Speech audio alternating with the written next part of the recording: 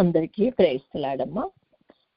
దేవుని నామంలో యేసయ్య ఆగమనంలో మనమందరం కూడా మనము మరి ప్రభు పాద సన్నిధికి ఎత్తబడినట్లు దేవుడు మనందరినీ కూడా సిద్ధపరచుకుని తోడుకొని పోవును గాక.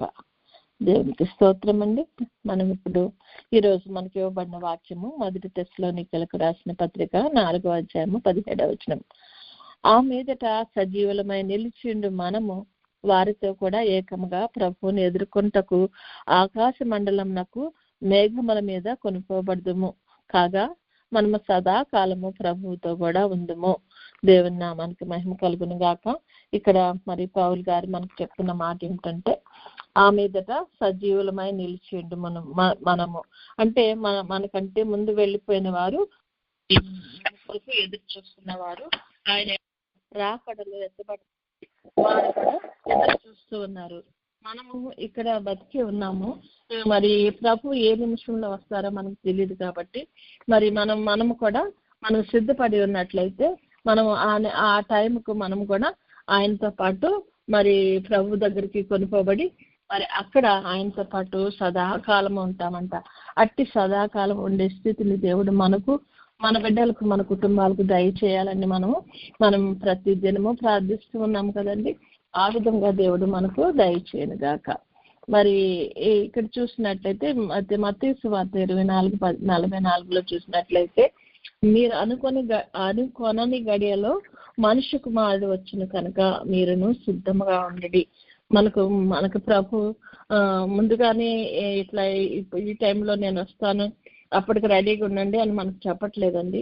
మనల్ని ఏ నిమిషంలో వచ్చినప్పటికీ మనం సిద్ధపడి ఉండాలని ప్రభు యొక్క కోరిక ఎందు కనుక మనము ప్రభు ఏ నిమిషంలో వచ్చినప్పటికీ మనం సిద్ధంగా ఉండి ఎదురు చూస్తూ ఉన్నట్లయితే మనము ఖచ్చితంగా ప్రభుతో పాటు ఎత్తబడతాము. ఆయన పాద సన్నిధికి మనం వెళ్ళగలుగుతాం అన్నమాట. కనుక మనము ప్రతి విషయంలో కూడా మనం సిద్ధపాటు కలిగి ఉన్నామా లేదా, మన ఆత్మలను రక్షించుకున్నామా లేదా, మన ఆత్మలు రెడీగా ఉన్నాయా లేదా అని మనం ఎప్పుడు కూడా మెలకువగా అండి మన ఆత్మలను పరీక్షించుకున్న బద్దులమై ఉన్నాము. యాక్చువల్గా మనం చెప్పాలంటే మనం సిద్ధపడి ఉన్నామని అనుకుంటూ ఉంటాము. ఎందుకంటే నేను ప్రార్థన చేసుకుంటున్నాను, ఆయనతో సహవాసం చేస్తున్నాను, ప్రతి విషయంలోనూ నేను సరి చేసుకుంటున్నాను అని మనం అనుకుంటూ ఉంటాం కదా. మరి నిజంగా మనము ఒక్కోసారి ఏం చేస్తాము, మన పనుల్లో పడిపోయి కొన్ని విషయాలు మర్చిపోతూ ఉంటాము. మనం అంతా రెడీ అయినా కూడా ఏదో ఒక విషయంలో మతిమరుపు అనేది మనకు ఎక్కువ ఉంటుంది. కాబట్టి మనల్ని మనం పరీక్షించుకోమని ప్రభు మనకు ఇక్కడ చెప్తున్నాడండి. మనము కొందరు మరి ప్రభు చెప్తున్నారు ఇక్కడ, కొందరిని మీరు అగ్నిలో ఉండి లాగినట్లుగా రక్షించమంటున్నాడు. అంటే మనము రక్షింపబడిన తర్వాత మనము ఇతరులను రక్షించగలిగిన స్థితికి ఎదగలుగుతాం అన్నమాట.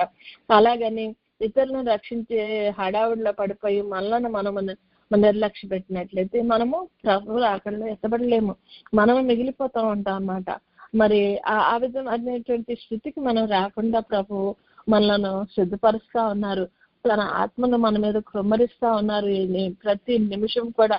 ఎందుకంటే ఆయన అనుకుంటున్నాడు, ఆయన ప్రభు మరి 2వ పేతురు గ్రంథంలో రాయబడి ఉంటుంది కదా, కొందరు ఆలస్యం ఎంచుకున్నట్లు ప్రభు తన వాగ్దానం గురించి ఆలస్యం చేయవాడు కాడు, కానీ ఎవరునూ నశింపవలనని ఇచ్చేయింపక అందరూ మారు మనసు పొందవలనని కోరుచు మీ ఎడల దీర్ఘశాంతం కలిగిన వాడే అన్నారని ప్రభు వాక్యం చెప్తుందండి.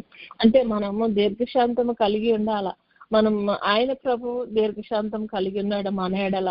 ఎందుకంటే మనము ఆయనతో పాటు ఎత్తబడాలంటే మనం సిద్ధపాటు కలిగి ఉండాలి. సిద్ధపాటులో ఏ మాత్రం కొంచెం తగ్గినా కానీ మన యొక్క అంతస్తు నుండి మనము పడిపోయే పరిస్థితి వస్తుందండి.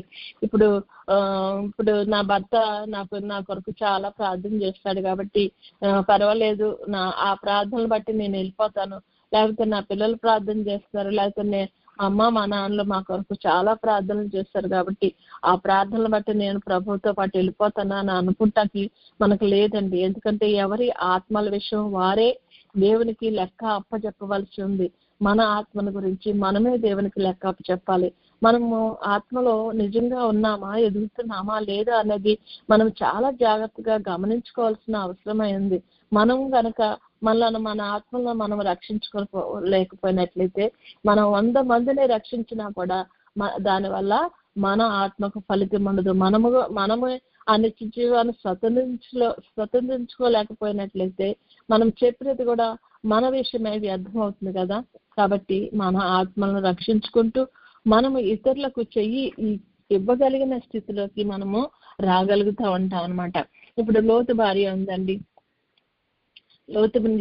లోతు భార్యను దేవుడు ఆ యొక్క మరి నశించిపోయేటువంటి సుధమ గొమొర్రాల నుండి మరి పట్టుకుని మరి బయటికి లాక్కొచ్చి మరి మీరు రండి, మనం ఇక్కడికి వెళ్దాము, మనం తప్పకుండా దేవుడు ఈ యొక్క ప్రదేశాన్ని నాశనం చేయబోతున్నా ఉన్నాడు కాబట్టి మరి మీరు త్వరపడండి, మీకు ఎవరెవరు ఉన్నారో వాళ్ళందరినీ పట్టుకుని రండి అన్నప్పుడు లోతు గారు వెళ్ళి ప్రభు తన కుమార్తెలను పెళ్ళాడని ఉన్నటువంటి ఆయనకు దగ్గరికి వెళ్ళంట ఒకటే అడుగుతా అన్నంట, రండి రండి, ఇక దేవుడి లోకాన్ని మరి నాశనం చేస్తున్నాడంట అని చెప్తున్నప్పుడు వాళ్ళ దృష్టికి చాలా ఎగతాళికరంగా మరి ఈయన అపహాస్యం చేసే స్థితిలో వాళ్ళు ఉన్నారు. వాళ్ళ దృష్టికి లోతు ఏదో పిచ్చోడి లాగా ఉన్నాడు, ఏంటి నశించటేంటి, మా లోకం మేము ఎంత బాగా బతుకుతున్నాము, మమ్మల్ని ఎవరు నశించేస్తారు అన్నట్లుగా వాళ్ళు చాలా ఎగతాళి చేశారంట. కానీ ఎగతాళిలో నుండి తప్పింపబడి మరి అక్కడ నుండి దేవుడు ఆ యొక్క నశించిపోయే స్థితిలో ఉండి చేయి పట్టుకుని మరి బయటకు లాక్కొచ్చాడంట లోతు గారిని, ఆయన కుటుంబాన్ని, ఆయన 2 కుమార్తెలను, భార్యను కూడా. కానీ మనల్ని కూడా దేవుడు చాలా సార్లు అగ్నిలో నుండి రక్షించినట్లు బయటికి లాగడానికి ప్రయత్నిస్తూ ఉంటాడండి. మనము కూడా మనం అరే మా ఫ్రెండ్స్ లేదండి, మా తల్లిదండ్రులు లేరండి, లేకపోతే మా బిడ్డలు లేరండి, వాళ్ళు లేరండి, అయ్యో వాళ్ళ కోసం వీళ్ళ కోసం అని మనం కూడా అలా వెనకాల ఉండిపోయినట్లయితే వారితో కూడా మనం కూడా నశించిపోతాం. కాబట్టి మన ఆత్మ రక్షింపబడటం అనేది చాలా ఇంపార్టెంట్. కాబట్టి ఈయన లోతు గారు భార్య బిడ్డలు బయటకు వచ్చారు. బయటకు వచ్చిన తర్వాత దేవుడు వారికి ఒకటి చెప్తున్నాడు, వెనక్కి తిరగకుండా వెళ్ళిపోమంటున్నాడు. కానీ మరి బయటికి రప్పింపబడిన తర్వాత కూడా లోతు భార్య దేవుడు వాగ్దానం చేసిన వాగ్దానాన్ని పొందలేకపోయింది. మనం కూడా చాలా సార్లు దేవుడు మనల్ని రక్షిస్తూ ఉంటాడు. ఎన్నో విధమైనటువంటి పరిస్థితుల నుండి మనం బయటకు లాగుతూ ఉంటాడు. ఎన్నో విధమైనటువంటి మరి చాలా పరిస్థితులు మనకు ఉన్నటువంటి ఆ పరిస్థితుల్లో నుండి మరి ఆ యొక్క ఆటంకాల నుండి మనల్ని బయటకు లాగి, ఇదిగో నా కొరకు మీరు ఇక్కడ నిలబడండి, నేను చెప్పినట్లు వినండి, మీరు నా విధంగా నడుచుకోండి అన్నప్పుడు మనం ఏం చేస్తామంటే చాలా విషయాల్లో నెగ్లెక్ట్ చేసి మనము మరి ఆయన ఇచ్చినటువంటి ఆ బహుమతిని పొందగలిగిన స్థితిలో మనల్ని దేవుడు నిలవబెట్టినప్పటికీ చాలా సార్లు పడిపోతూ ఉంటాం అన్నమాట. కాబట్టి అటువంటి పడిపోయే స్థితిని మళ్ళీ వెనక్కి తిరిగి మనం చేసిన దాంట్లోకి పడిపోయే స్థితిలోకి వెళ్లకుండా దేవుడు మనలను రక్షించేటటువంటి పరిస్థితి ఉందన్నమాట. వాక్యం ఉంటున్నప్పుడు మనలో మారు మనసు కలుగుతుందండి. చాలా సార్లు విన్న వెంటనే చాలా మంది దేవుళ్ళలోకి మారు మనసు పొందిన వారుగా ఉంటున్నారు. కానీ అలా మారు మనసు కలగవచ్చు, కానీ ఎదుగుదల అనేది ప్రభు సన్నిధిలో మనం నిలిచినప్పుడే మరి అలా జరుగుతుంది అనమాట. ఇప్పుడు గొంగళ పురుగు ఉందండి, ఈ లోకంలో ఉన్నప్పుడు హడావుడిగా అది ఇది అనుకుంటూ తిరుగుతూ ఉంటది. అసలు దాన్ని చూసిన వాళ్ళందరూ అసహించుకుంటూ ఉంటారు. ఎందుకంటే అంతటిగా అది నిమిషంలో పాకేస్తూ ఉంటది, అనేకులను ఇరిటేట్ చేస్తూ ఉంటది. కానీ ఎప్పుడైతే గొంగళ పురుగు ప్యూపా దశలోకి వెళ్ళి చాలా కుదురుగా దాంట్లో ఉన్నప్పుడు అప్పుడు తన చుట్టూ ఆ యొక్క ద్రవాన్ని స్రవించుకుని దానిలో ఒక గూడు కట్టుకున్నట్లు దాంట్లో ఉన్నప్పుడు దానిలో మార్పు అనేది వస్తుంది. మనం ఈ యొక్క లోక సంబంధమైనటువంటి ప్రతి విధమైన మరి బిజీనెస్ లోను వాటిలో ఈ పనులు ఉంటూ మనలను మనము ఎంత బిజీగా పెట్టుకున్నప్పటికీ మనలో మార్పు రావాలంటే ఖచ్చితంగా మనము ప్రభు సన్నిధిలో కూర్చోవాలా. ప్రభు యొక్క మాటలను వినగలగాల, ఆయన మనతో ఏం చెప్తున్నాడో మనం వినగలగాల, ఆయనతో సహవాసం చేయగలగాల, ఆయన ఏం చెప్తున్నాడో అని ఆలకించడానికి మనలను మనము ప్రత్యేకించుకున్నప్పుడు ఖచ్చితంగా మనలో మార్పు తీసుకొస్తాడు దేవుడు.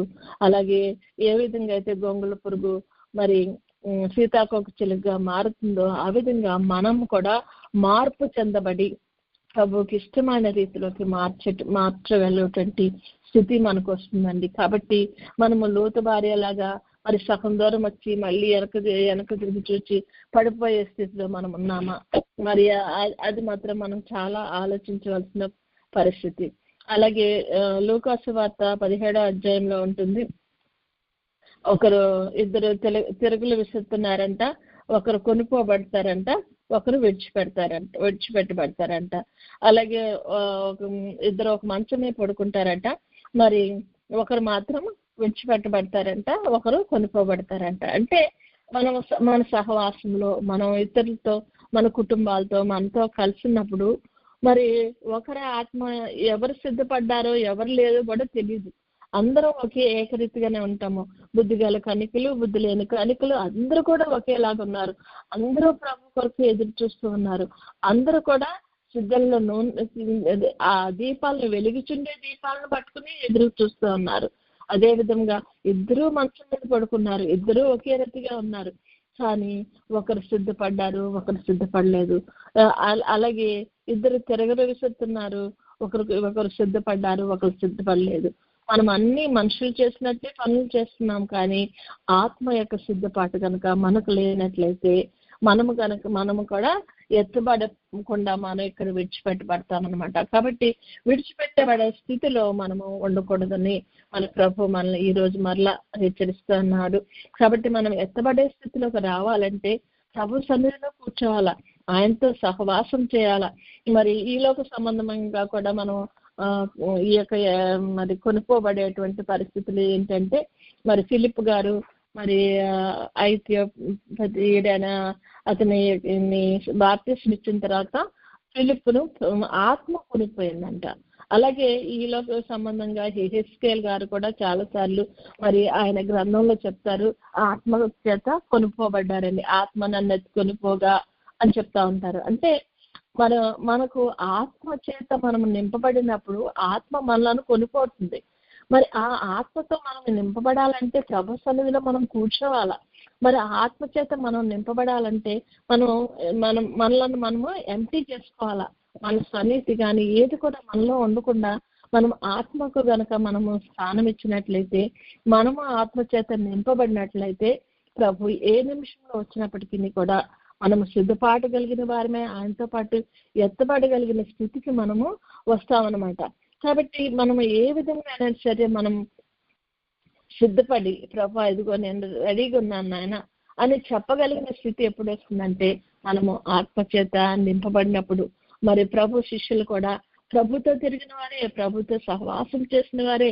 మరి ప్రభు ఎప్పుడైతే ఈ లోకం నుండి మరి వారి నుండి వేరుపరచబడ్డారో, మరి ప్రభు చెప్తున్నారు, మీరు ఆత్మచేత నింపబడే వరకు ఇక్కడ వేచి ఉండండి అంటున్నారు.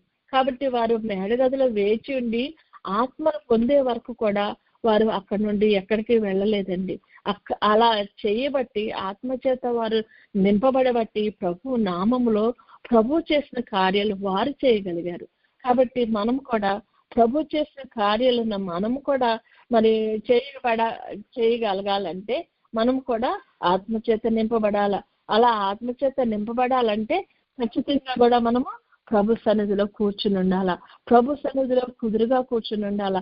దేవుడు మనకు ఒక గొప్ప ధన్యతను ఈ యొక్క ఏషియా మినిస్ట్రీస్ లో ఇచ్చింది ఏంటంటే, మనకు సన్నిధి చేసుకునే భాగ్యం, సన్నిధిలో మనము అలవాటు అయ్యే భాగ్యాన్ని దేవుడు మనకి వారానికి ఒకసారి ఇచ్చినా మనం ప్రతిదినం కూడా దాన్ని అలవాటు ప్రకారంగా చేసుకుంటూ ప్రభు సన్నిధిలో కూర్చుని ప్రభు రూపంలోకి మనం మారలాకి, ప్రభు చేత కొనుక్కోబట్టాకి, ప్రభు చేత మరి మధ్యాకాశంలో ఆయన పెండ్లి కుమారుడుగా వచ్చినప్పుడు మనం కూడా ఎగిరి ఆయన దగ్గరికి వెళ్ళటానికి మనం సిద్ధపాటు కలిగి ఉండాలి. మనం అనుకునే గడియలో మనిషి కుమారుడు వస్తాడంట. కాబట్టి అరే తర్వాత సిద్ధపడదాంలే, ఇప్పుడు కాదులే, ఆ తర్వాత అనేది మనము ఎప్పుడు కూడా మనం పెట్టుకోకూడదు అనమాట. ఆ తర్వాత లేటర్ అనే దాన్ని అసలు ఎట్టి పరిస్థితుల్లో కూడా మన జీవితాలకు రానియకూడదంట.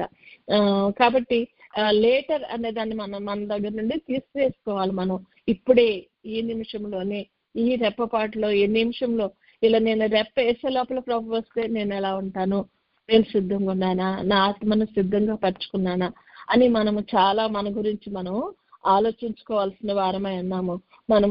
మనం ఏ చిన్న చిన్న పరిస్థితులకి, చిన్న చిన్న వాటికి మనం కిందకి పడిపోతున్నామా, మన ఆత్మలో మరి ఆ లీక్ ఉందా, లేకపోతే మన కుండకి చిల్లు పడినప్పుడు కుండ నిండా నీరు పోసినా కూడా మరి అది ఒక పక్క నుండి కారిపోతూ ఉంటే మన ప్రయాణంలో అది ఎంటీ అయిపోయే పరిస్థితి వస్తుంది. కాబట్టి అన్ని పరిస్థితులు మనకు సరిగ్గా ఉన్నాయా లేవా, మనము ప్రభు నందు మనం ఏ విధంగా ఉన్నామనేది మనము ఆలోచించుకోవాల్సిన వారమై ఉన్నాము. 2వ తెస్సలోనికీయులకు రాసిన పత్రిక 2:7 ఉందండి. ధర్మ విరోధ సంబంధమైన మర్మము ఇప్పటికే క్రియ చేయుచున్నది కానీ ఇది వరకు అడ్డగించుచున్నవాడు మధ్య నుండి తీసివేయబడే వరకే అడ్డగించును.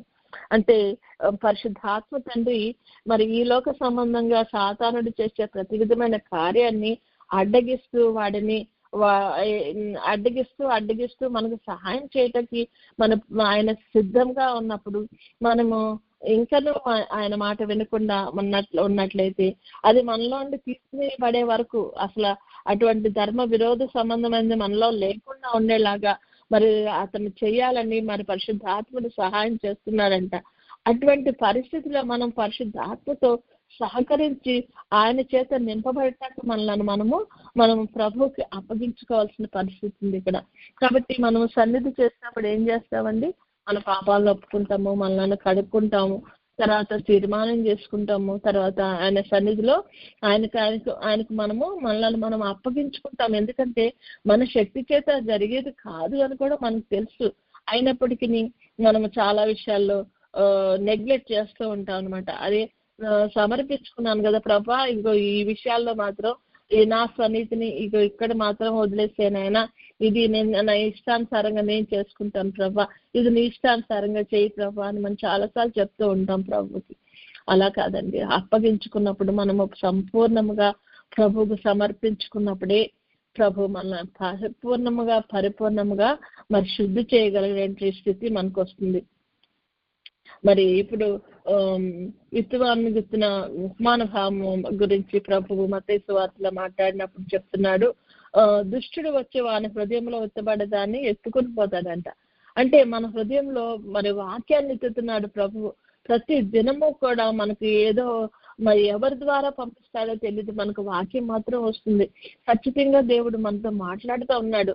కానీ మరి దుష్టుడు వచ్చి దాన్ని ఎత్తుకొని పోకుండా ఉండాలంటే మనము ప్రభువు యొక్క తిన్నని మార్గాల్లో మనం ఉండాలి. కానీ త్రోవ పక్కన పడినటువంటి మరి విత్తనాల్లాగా మనం ఉన్నట్లయితే మరి పక్షి అనేటువంటి సాతానుడు ఎత్తుకొని పోయే అవకాశం ఉంది. కాబట్టి అటువంటి స్థితికి మనం రాకూడదు. త్రోవ ప్రక్కన పడిన బిడ్డలుగా కాకుండా మంచి నేలను పడిన విత్తనంలాగా మనము ఉండాలంటే మనం ఖచ్చితంగా మనలో ఫలము దేవుని కొరకు ఫలించాలంటే మనం ఖచ్చితంగా ప్రభు సన్నిధిలో కూర్చుని ప్రభు చేత మనలో ఏమి రాళ్ళు ఉన్నాయో రప్పలు ఉన్నాయో ప్రతిది కూడా ఆయన చేత శుద్ధి చేయబడాలంటే మనం పూర్తిగా మనం అప్పగించుకున్నప్పుడే మనల్ని సంపూర్ణంగా శుద్ధి చేసి మంచి నేల వలె ప్రభు మనల్ని తయారు చేయగలడు. అలాంటప్పుడు ప్రభు విత్తిన ప్రతి వాక్యం కూడా మనలో 100 పంటను ఫలింప చేయగలిగినటువంటి స్థితికి మనము రాగలమన్నమాట. అట్టి స్థితిలోకి మనం రావాలని ప్రభు కోరుకుంటుండగా మనము అటువంటి స్థితిలోకి మనం ఎత్తబడే స్థితిలోకి రావాలి. మరి ఎందుకంటే మరి ప్రభు రాకడ బహు సమీపంగా ఉందండి. మనం మత్తయి సువార్త 24:44 ఉంటుంది. ప్రతి విషయంలోనూ కూడా మరి ప్రభు చెప్తున్నారు, రాకడ వచ్చినప్పుడు ఎలా ఉంటది, రాకడ వచ్చినప్పుడు ఏ విధంగా ఉంటది. అనేకులు వచ్చి ఇదిగో నేనే క్రీస్తుని నేనే అన్నప్పుడు మనము మంచి నేలగా లేకపోయినట్లే ప్రతిదీ మనం వింటూ ఉంటాము. ఈ దృష్టి సంబంధమైనటువంటి మరి ముళ్ళ పొదలు వంటివన్నీ కూడా మన మీద పడే అవకాశం ఉంటుందన్నమాట. కాబట్టి మనము మంచి నేలలాగా చేసుకోవాలా, లేకపోతే ఈ దుష్టుడు వచ్చేసి మనలను ఆక్యుపై చేసేటువంటి పరిస్థితి ఉందన్నమాట. ఇంకా మనం నమ్మేయగలిగేటువంటి స్థితికి వచ్చేస్తాం అన్నమాట. అమ్మో నిజమే కాబోలు, ఈయనే క్రీస్తు కాబోలు, మనకు బైబిల్లో చెప్పబడిన ఈయనే అనుకుంటా ఉంటాం కదండి. కాబట్టి మన ప్రతి విషయంలో కూడా మనము జాగ్రత్తగా చూసుకోవాలి. ఇది ఈ సమయము ప్రభు రాకడ సమయం అని మనం లోకంలో జరిగే చాలా విషయాలు బట్టి మనం యుగ సమాప్తికి సూచనలు ఎలా ఉంటాయి అన్నది ప్రభు చెప్తున్నప్పుడు మనం గ్రహించుకోవాల్సినటువంటి పరిస్థితి ఉంది. పర్వాలేదులే ఇట్లాగే అంటారు, ఇప్పుడే కాదులే ప్రభు వస్తాడులే అని మనము కనుక ఆలస్యం చేసినట్లయితే మనము రాకడలో ఎత్తబడేటువంటి ఆ యొక్క స్థితికి మనము ఎదగలేకపోతూ ఉంటాము. అటువంటి అంతస్తుకి మనము రాలేకపోతే ఉంటాము. ప్రభు ఆత్మచేత నింపబడిన వారమై కొనుక్కోబడేటువంటి పరిస్థితికి రాలేని పరిస్థితికి వస్తామేమో ఒకసారి మనం పరీక్షించుకుందాం. మరి ఈ సమయంలో మనము నేను క్రీస్తునని చెప్పే వాళ్ళు ఉంటారంట, యుద్ధాలు వస్తాయంట, యుద్ధ సమాచారాలు వస్తాయంట. యుద్ధాలు ప్రపంచంలోనే కాదండి, మన కుటుంబాల్లో కూడా ఎన్నో రకాలంటి యుద్ధాలను మనం ఎదుర్కొంటూ ఉంటాము. పిల్లలతో, భర్తలతో, భార్యలతో, తర్వాత తల్లిదండ్రులతో, మరి ఇరుగు పొరుగు వారితో, స్నేహితులతో అందరూ కూడా మరి ఏదో రకమైన మిస్అండర్స్టాండింగ్ లో మరి ఆ యొక్క స్ట్రెస్ ని వారు మోస్తూ ఉంటారన్నమాట. కాబట్టి అటువంటి అన్ని కూడా మనం తప్పించుకోవాలంటే మనం ఒకసారి గమనించుకోవాలి, మనం ఏ స్థితిలో ఉన్నాము, మన ప్రభు చెప్పినట్లుగా వింటున్నామా, లేకపోతే మన సొంతగా మరి ఈ ముళ్ళ కంపలు ఉన్నాయి మన జీవితంలోకి మనము అలౌ చేసుకుంటున్నామా మనం ఒకసారి ఆలోచించుకుందాం. జనము రాజ్యం మీదకి రాజ్యం లేస్తుందంట, కరువులు భూకంపాలు జరుగుతాయంట. మరి జనులు మనల్ని శ్రమంలో పాలు చేసి చంపెదరు. మరి ఆది సంఘ కాలంలో క్రైస్తవుల్ని ఏ విధంగా మరి ఎన్ని హింసల పాలు చేశారో, క్రీస్తుని పెట్టిన శ్రమలన్నీ కూడా మరి ఆయన భక్తులైన వారు, అపోస్తలులైన వారు మరి భరించారని కూడా మనం వాక్యంలో నేర్చుకుంటున్నాం కదండి. అదే విధంగా మనలను కూడా ఈ దినాల్లో మరి ప్రభు వచ్చేటువంటి సమయం కాబట్టి, ఇంకా సాతానుడికి దుష్టుడికి వాడికి సమయం లేదు కాబట్టి మరి ఎంతమంది ఆత్మలో మరి లాగి వేయాలన్నది వాడు మరి ఎదురు చూస్తూ ఉన్నాడు. కాబట్టి ఏ చిన్న ఛాన్స్ దొరికినా వాడు వదిలిపెట్టేటువంటి పరిస్థితి లేదు. మనమైతే రోజుకి 8 గంటల పని చేస్తామండి, మా అంటే 8 గంటలు సాధారణంగా చేస్తాము, మా అంటే 16 గంటలు కూడా చేస్తూ ఉంటాం. కొంతమంది 20 గంటలు కూడా చేస్తారు. కానీ కొంత రెస్ట్ అన్నా తీసుకుంటారు, ఒక 4 గంటలన్నా పడుకుంటారు. కానీ దుష్టుడు అనేవాడైతే 24/7 పనిచేస్తాడట. వాడికి ఒక్క నిమిషం కూడా వేస్ట్ చేసుకోవటం ఇష్టం లేదు. ఎందుకంటే విశ్వాసులైన వారు ప్రభువులో వృద్ధి పొందుతున్నారు, ఆయన రాజ్యం వృద్ధి పొందితే నా రాజ్యం క్షీణించిపోతుంది అన్న ఉద్దేశంతో వాడు 24/7 పనిచేస్తూ ఉంటాడు. కాబట్టి వాడికి మనం దొరకకూడదని ప్రభు మనలను బలపరచాలని మన వాక్యమైనటువంటి ఆహారంతో మరి ఆయన ఇచ్చేటువంటి ఆ జీవ జలాలతో, మన ఉదకంతో మనల్ని తృప్తిపరుస్తూ, మనల్ని బలపరుస్తూ ముందుకు వెళ్ళమని మనకు ఎన్నో రకాలైనటువంటి గైడెన్స్ ఇస్తూ, ఇదిగో ఇట్లా నడవండి, ఇదిగో ఇలాంటి పరిస్థితులు ఎలా ఉండండి, మీరు గురువైపే చూస్తూ ఉండండి, అలా చూసినప్పుడే మీరు చక్కగా వెళ్ళగలరు, లేకపోతే మరి డిస్ట్రాక్షన్స్ వస్తాయని ప్రభు మనల్ని ఎన్నో రకాలుగా మనలను హెచ్చరిస్తూ వస్తూ ఉన్నారు. ప్రతిదినము మనం వాక్యం చదువుకున్నట్లయితే, వాక్యాలలో అసలు ఏమున్నదని మనం ధ్యానించినట్లయితే మనం తప్పకుండా ఆ వాక్యంలోని సారాన్ని గ్రహించగలిగిన ఆ యొక్క పరిశుద్ధాత్మని సహాయం మనకు ఎంతగానో ఉంటుంది. కాబట్టి అటువంటి స్థితిలో ఎటువంటి కష్టమున్నా ఎదురుగుండా ఇది ప్రభు చిత్తము అనే దాంతో మనము ప్రభు చిత్తానికి మనం స్ట్రాంగ్ గా నిలబడగలుగుతాం. ప్రభువులు అలా నిలబడగలిగాము అంటే అది కేవలం పరిశుద్ధాత్మని సహాయం మాత్రమే, మన సొంత శక్తి అయితే కాదు. కానీ ఆ విధంగా నిలబెట్టేటకు శక్తి గల వాడు పరిశుద్ధాత్ముడు. కాబట్టి ప్రభువులో మనం ఉన్నామా, ప్రభు యొక్క అంబుల పొదిలో మరి నింపబడేటువంటి ఆ యొక్క బాణంలాగా మనం తయారవుతున్నామా, మరి ఆయన మనల్ని ఎక్కడ వాడుకోవాలనుకున్నాడో అక్కడ మనం వాడుకోవటానికి మనం సిద్ధంగా ఉన్నామా, ఏమి మాట్లాడమన్నాడో అది మాట్లాడగలటానికి సిద్ధంగా ఉన్నామా, లేదు అంటే ఎక్కడ మనం మాట్లాడకుండా ఉండాలో అక్కడ ఉండగలిగితే కూడా మరి దేవుడు మనకు సహాయం చేయాలని మనల్ని మనం పరీక్షించుకున్నాము. మనము ప్రభు యొక్క అడుగుజాడలను బట్టి నడిచినట్లయితే, ప్రభు చెప్పిన దాన్ని మనం వినగలిగినట్లయితే, ప్రభుతో ప్రతి నిమిషము మరి మనం సహవాసం చేస్తూ మనం ముందుకు సాగిపోతున్నట్లయితే మనం ఖచ్చితంగా మరి ప్రభు రాకడలో ఎత్తబడేటటువంటి స్థితికి మనము ఎదగగలము.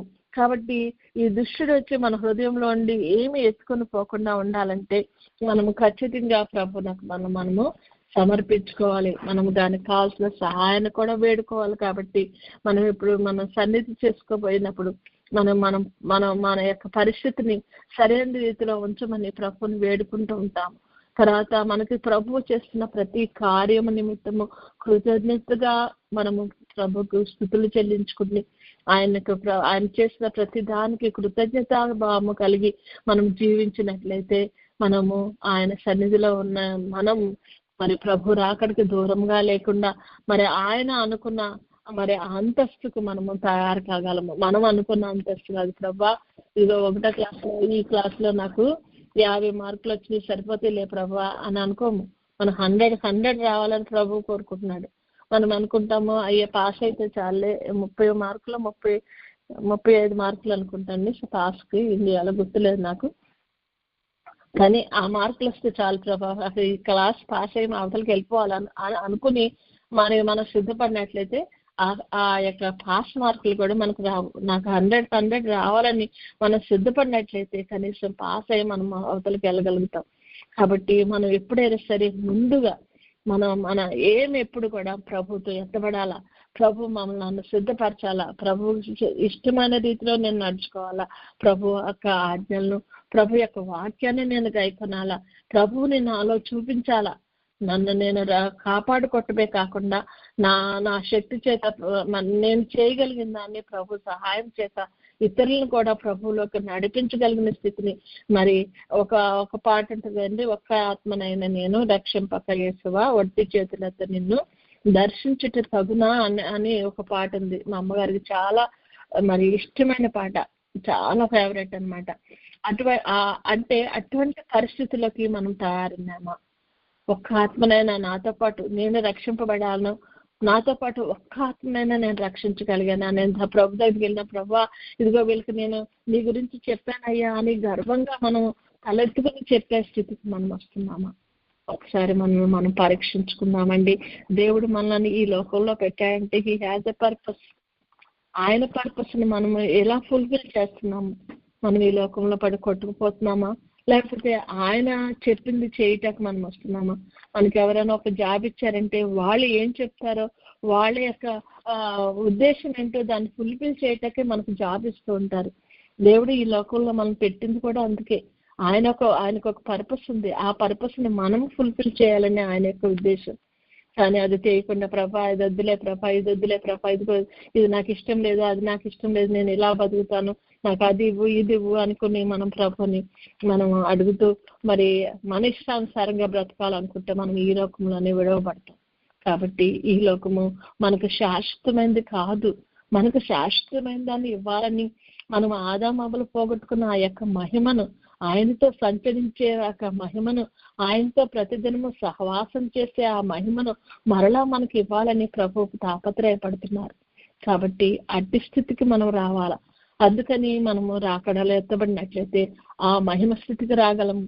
మరి ఈ లోకంలో విడిచిపెట్టబడిన వారికి అనేకమైన శ్రమలు జరుగుతాయి అంట, శారీరక సంబంధమైనటువంటి శ్రమలు జరుగుతూ ఉంటాయి. ఆ టైంలో ఆత్మలను పోగొట్టుకునేటువంటి అవకాశం ఉంటుందండి.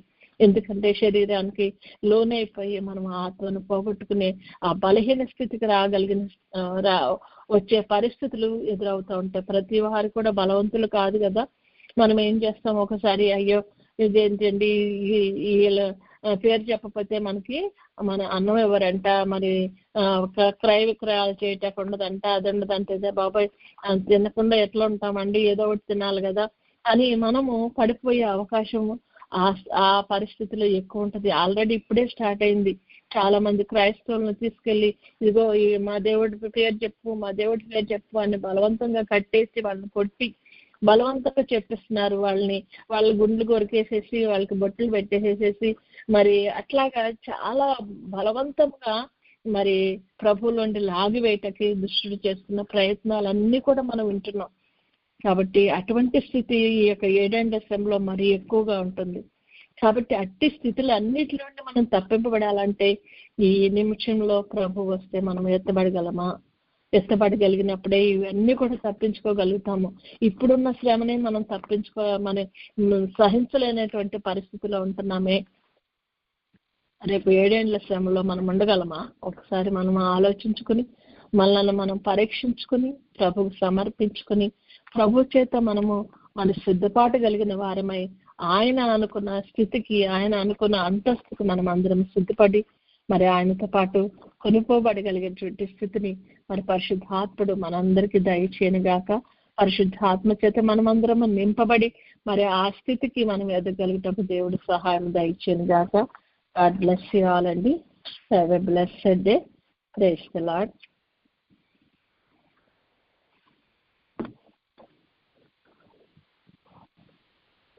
మనం ఇప్పుడు సన్నిధిలోకి వెళ్దామండి.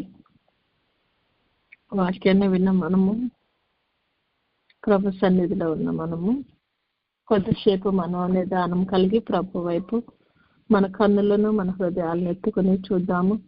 మన చెవులను తెరుచుకుని ఆయన మనతో ఏమి మాట్లాడబోతున్నారో అని ఇంతకు మనల్ని మనము సిద్ధపరచుకున్నాం.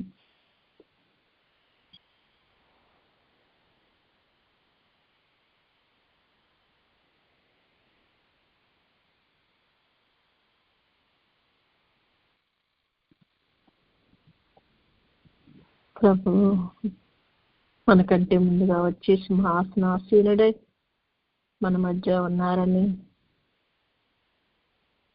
మన ప్రతి కదలికను ఆయన గమనిస్తున్నారని, మన ఆలోచన యావత్తు చూడగలిగిన శక్తి గల దేవుడు కాబట్టి ఈ లోక సంబంధమైన వాటిని ఒక్క నిమిషం ప్రక్కకు పెట్టి ప్రభు వైపు మన దృష్టిని నిలిపి మనసులో నెమ్మది కలిగిన వారమై ప్రభుత్వ సహవాసం చేకూర్చున్నాం.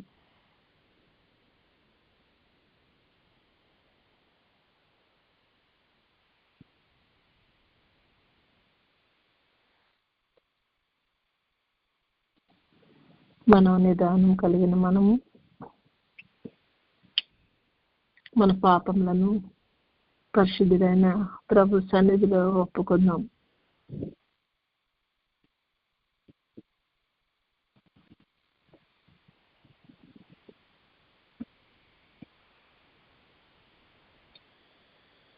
మన సమస్త విధమైన పాపము, సమస్తమైన అవిధేయత, సమస్త విధమైనటువంటి మరి ప్రేమ లేనితనం ప్రతిది కూడా పాపమై ఉన్నది.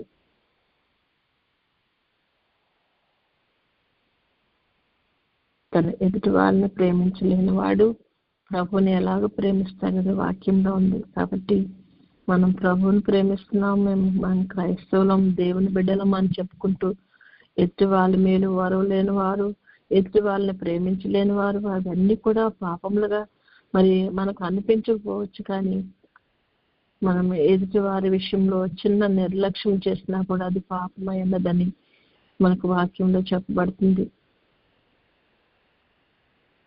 తెలియక చేసినా తెలిసి చేసిన పాపం పాపమే కనుక ప్రభు సన్నిధిలో మన పాపములను ఒప్పుకొని ప్రభు యొక్క రక్తం చేత శుద్ధి చేయబడదాం.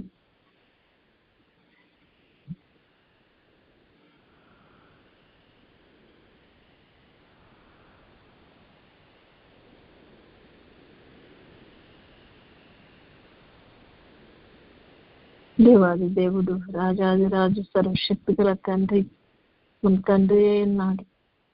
మనల్ని ప్రేమించిన దేవాది దేవుడు మన కొరకు మనము ఆ శిక్షను భరింపుకుంటున్నట్లు మన నిమిత్తమై తన ప్రాణాల్ని అర్పించిన దేవాది దేవుడు మన పాపములను క్షమించుటకు సిద్ధమైన మనసు గల దేవుడు మన మధ్య ఉన్నారు.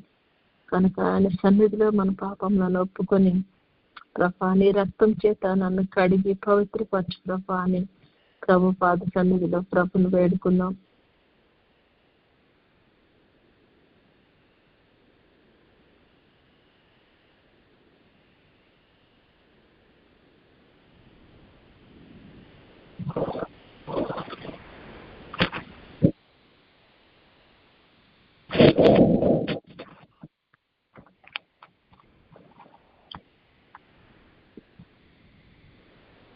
ప్రతి విధమైన చెడు ఆలోచన, మిస్అండర్స్టాండింగ్స్,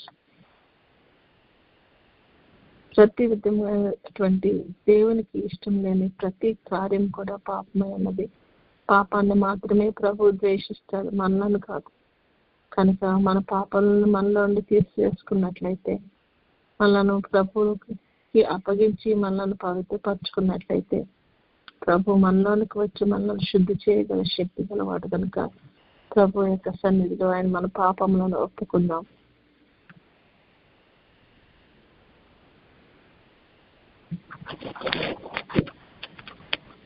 పాపములను ఒప్పుకున్న మనము తీర్మానించుకున్నాం, ప్రభా నీ రాకడకు సిద్ధపడాలని తీర్మానించుకున్నాను, నీ రాకడలో ఎత్తబడాలని తీర్మానించుకున్నాను, నీ యొక్క పరిశుద్ధాత్మ చేత కొలుపోబడాలని నేను తీర్మానించుకున్నానయ్యా. పరిశుద్ధ యెహెజ్కేలు ప్రవక్త మరి నాయన తండ్రి నాయన మరి ఉన్నటువంటి పరిస్థితి నుండి నీ ఆత్మ చేత బిడ్డను ఆయన నువ్వు తీసుకువెళ్ళి చూపించవలసిన ప్రదేశాలు చూపించడానికి కొనిపోయేటువంటి ప్రభా, అలాగే నా తండ్రి నీ పెండ్లి విందులో మేము పాల్గొనాలని ప్రభా నువ్వు ఆశపడుచుండగా నా ప్రభా మేము కూడా నీ ఆత్మ చేత నీ దగ్గరికి కొనుక్కోబడటకు ప్రభా నా తండ్రి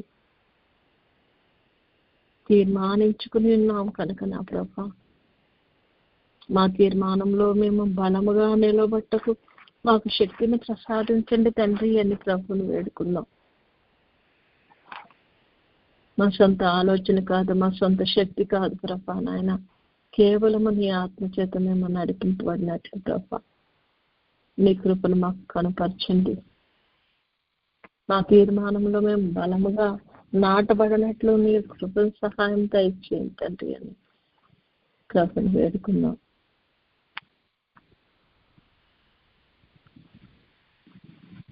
నిజమైనటువంటి పశ్చాత్తాపంతో మమ్మలను మా ఘటములను మేము తండ్రి నాయన ప్రతి దినము కాపాడుకుంటూ ఉన్నట్లు ఉండాలని మేము తీర్మానించుకుంటున్నామయ్యా. ఈ సన్నిధిలో కుదురుగా కూర్చుని నా ప్రభా నాయన నీవు తండ్రి తీసుకుని వెళ్ళబెట్టే ఆ రూపాంతర అనుభవాన్ని మేము పొందగలుగుటకు మేము తీర్మానించుకునేందుగా మాకు సహాయం దయచేయండి తండ్రి అని ప్రభుని సన్నిధిలో తీర్మానం చేసుకున్నాము. తీర్మానానికి ఆయన సహాయం కోరుకున్నాం.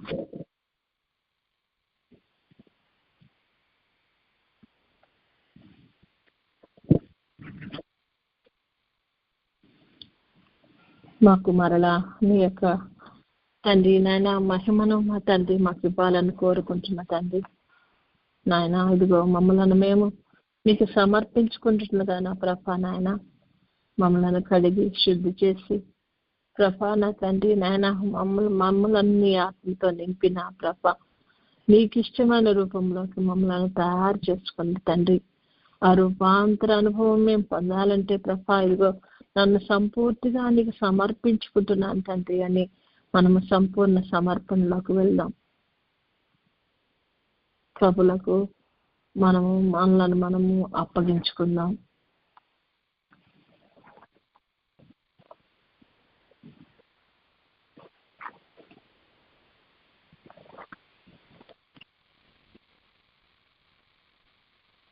దేవాది దేవుడే మనల్ని ప్రేమించుచున్నగా మనకి ఏది కావాలి, మనం ఎలా ఉండాలో ఏం చేయాలో మనకు తెలియదు, కానీ ప్రభు యొక్క ఆత్మ చేత మనం శుద్ధి చేయబడినప్పుడు, ప్రభు యొక్క ఆత్మలోకి మనము మరల్చబడినప్పుడు, ఆయన రూపంలోనికి మనం మారినప్పుడు మనకున్న ఆధిక్యతను మనము గ్రహించలేని స్థితిలో ఉంటూ ఉంటాం. కనుక మనం మన సొంత జ్ఞానాన్ని బట్టి కాకుండా ఆయన కృపను బట్టి మనల్ని తండ్రి రూపంలోకి మార్చుకోమని మనము ప్రభు పావన పాదాల దగ్గర బతిమాలాడుకున్నాము.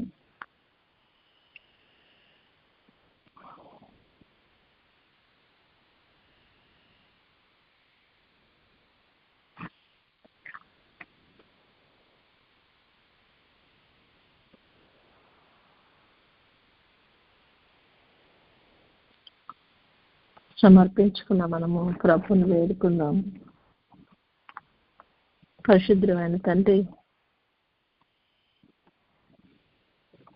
ఆయన నీవు చెప్పావు తండ్రి, నేను ఆత్మసిద్ధమై కానీ శరీరం బలహీనంగా ఉంది తండ్రి.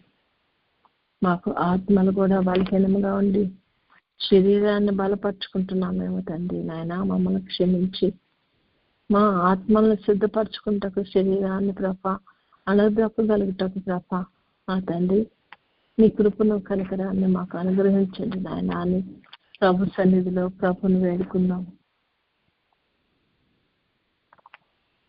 ఆత్మలో ఎదగాలని, నీలో అంటుకట్టబడాలని ప్రభా, నీ నుండి ఇచ్చే సారాన్ని నేను పొందినానా, నీ కొరకు ఫలాలు ఫలించాలని ప్రభా కోరుకుంటుండగా నా ప్రభా నీ ఆత్మ సహాయాన్ని మాకు దయచేయండి. నీ కాపుదలలో మేము భద్రపరచబడాలి ప్రభా. నీ యొక్క కాపుదలలో మేము తండ్రి నాన్న వర్ధిల్లగలగాలి నా తండ్రి. నీ కాపుదలలో మేము తండ్రి నాయన ప్రభా నా తండ్రి నాయన అన్ని విధాల ఎదగగలుగుటకు ప్రభా మా చుట్టూ నువ్వు అగ్ని ప్రాకారంగా ఉండండి నాయన. మాతో నీ సన్నిధి నుంచండి. సమస్తము నీకు ఇష్టమైన రీతిలో జరిగినట్లు ప్రభా మమ్మలను మేము నీకు సంపూర్ణంగా లోపరుచుకునే స్థితిని మాకు నాయన ప్రభా అటు శక్తి బలాలను మాకు దయచేయమని ప్రభుని వేడుకున్నాం.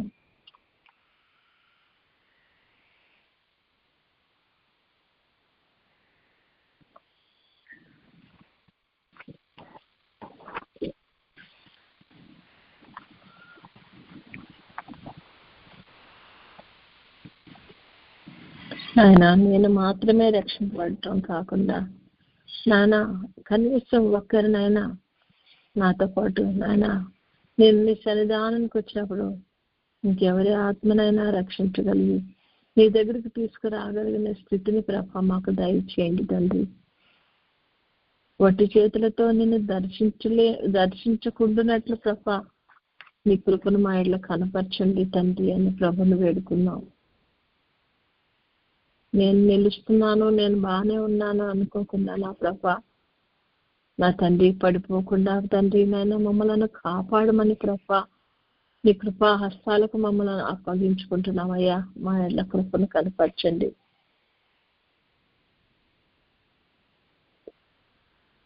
ఏ నిమిషంలో వచ్చిన ఆ టైంకి నా తండ్రి మేము సిద్ధముగా ఉండే తండ్రి నాయన నీతో పాటు ప్రభా నా తండ్రి నాయన ప్రభా పెండ్లి విందులో కూర్చుని ప్రభా నీ సింహాసనం మీద కూర్చుని నీతో పాటు రాజ్య పరిపాలన చేయగలిగిన స్థితికి ప్రభా మేము రాగలిగినట్లు నాయన మాలో ప్రతి ఒక్కరిని సిద్ధపరచమని ప్రభుని వేడుకున్నాం.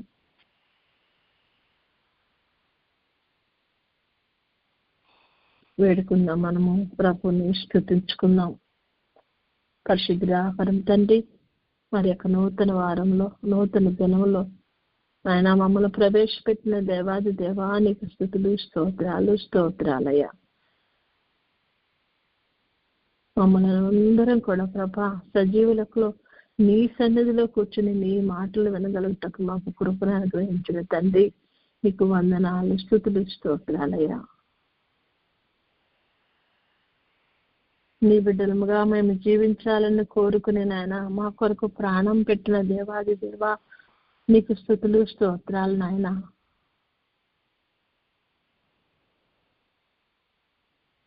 మమ్మలను నీ రాకడకు సిద్ధపరచటకు నీ మహిమతో మమ్మలను కప్పటకు ప్రభా నాయన నువ్వు మా ఎడల చూపించిన నీ కృప అంతటి నిమిత్తము నీకు స్తుతులు స్తోత్రాలయ్యా.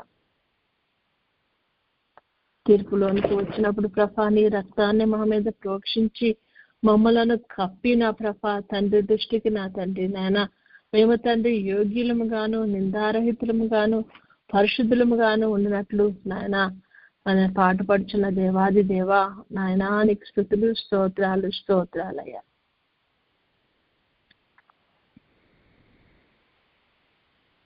మా పాపములను క్షమించుచు మమ్మలను శుద్ధి చేస్తున్న తండ్రి నీ పావన పాదాలకు వందనాలయ్యా అని ప్రభుని స్తుతిద్దాం.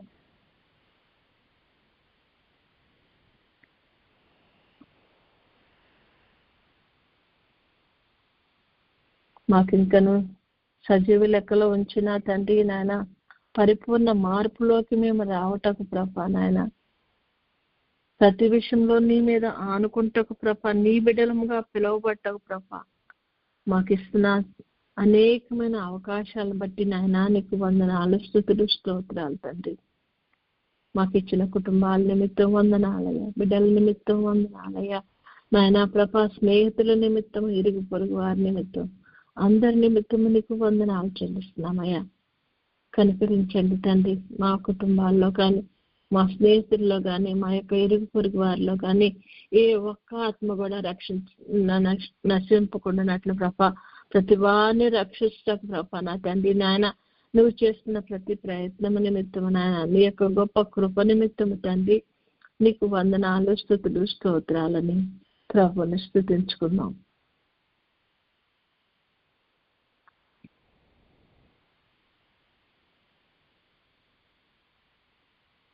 స్తుతించిన మనము కొద్ది నిమిషాలు ప్రభు సన్నిధిలో మౌనంగా ఉండమంటే మన మనసును ఎక్కడో పెట్టుకుని కాకుండా మన దృష్టి, మన చెవులు, మన హృదయం ప్రభు తట్టు తిరగజేసుకుని ఆయన మనతో ఏమి మాట్లాడబోతున్నారో, మనకి ఏమి చెప్పబోతున్నారో, ఏమి చెయ్యాలని ఆయన ఉద్దేశము, ఆయన ఉద్దేశాలను మనకు బయలుపరచుటకు మరి ప్రభు మనసు ఇక్కడ సన్నిధిలో కూర్చుని ఉండగా ప్రభు సెలవిచ్చినది మనం వినగల చెవిని, చూడగల కన్నులను, మరి దాని ప్రకారం మనం నడుచుకోవటకు ఆయన మంచి హృదయాన్ని మనం సిద్ధపరచుకుని ప్రభు సన్నిధిలో కొద్దిసేపు మౌనంగా ఉండి, కృప నాకు కనపడండి, నాతో మాట్లాడండి అయ్యా దేవా, అందరికీ కనపడండి, అందరితో మాట్లాడండి అని ప్రభు సన్నిధిలో మనం వేడుకున్నాం.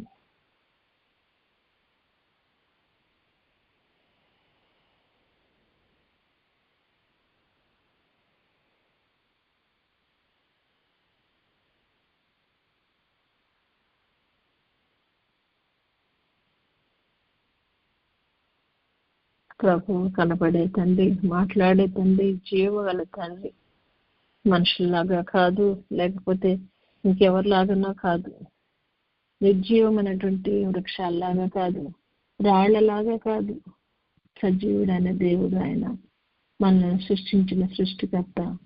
మన ఎదుట ఉండగా ప్రభువును చూడగలుగుటకు మన కన్నులలో ఉన్నటువంటి ఆ పొరలను దేవుడు కరిగించి వేసి మనకు ఆత్మీయ దృష్టిని దయచేయాలని, ఆత్మీయమైనటువంటి ఆయన స్వరాన్ని వినగలిగిన స్థితిలోకి మనం ఎదగలగాలని ప్రభు సన్నిధిలో వేడుకున్నాం. కొద్దిసేపు మౌనంగా ఉన్నాం.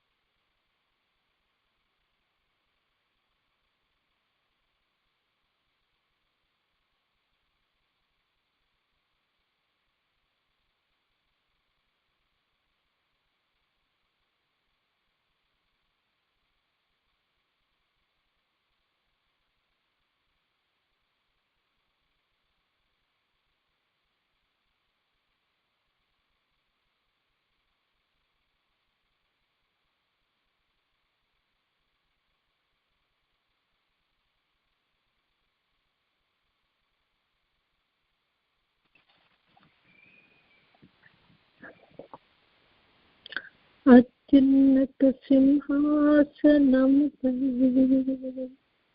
ఆసీనుడవైన నా దేవా,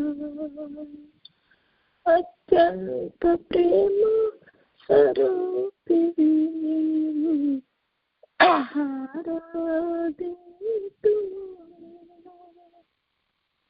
పరిశుద్ధ పరమ తండ్రి, అత్యున్నత సింహాసనం మీద ఆశీర్వదించిన దేవా, మా నిమిత్తము మీ మహిమను వదులుకుని మాకు సాక్షిన తండ్రి, మాకు కనపడి మాట్లాడి మమ్మల్ని మాతో సహవాసం చేయటకు తండ్రి మా దగ్గరకు వస్తున్న దేవా, నీతో సహవాసం చేయగలిగిన స్థితిని మాలో ఒక్కొక్కరికి దయచేయమని, మమ్మల్ని అందరినీ నీ ఆకలికి సిద్ధపరచమని, నీ ఆత్మను మాలో నింపమని నాయన, మాలో నీకు ఇష్టం లేనివన్నీ కడిగి పరవేయమని తండ్రి నాయన, నీవు ఇచ్చిన ఆత్మీయ స్థితి నుండి మేము పడిపోకుండా మమ్మల్ని నాయన నీ ఆత్మలో పరిశుద్ధంగా జీవించగలుగుటకు నాయన మా అందరినీ కూడా నీ ఆత్మతో నింపి నడిపించమని, నీ సహాయాన్ని మాకు దయచేయమని, నా వచ్చిన ప్రతి బిడ్డను పేరు పేరున దీవించి ఆశీర్వదించమని, జరగబోయే చిన్నపిల్లల ప్రార్థన విషయంలో నీ కృపను అనుగ్రహించమని, త్వరలో పెండ్లకు రానైన అతి శ్రేష్టమైన నామంలో అడిగి పొందుకునే నామ తండ్రి. ఆమేన్.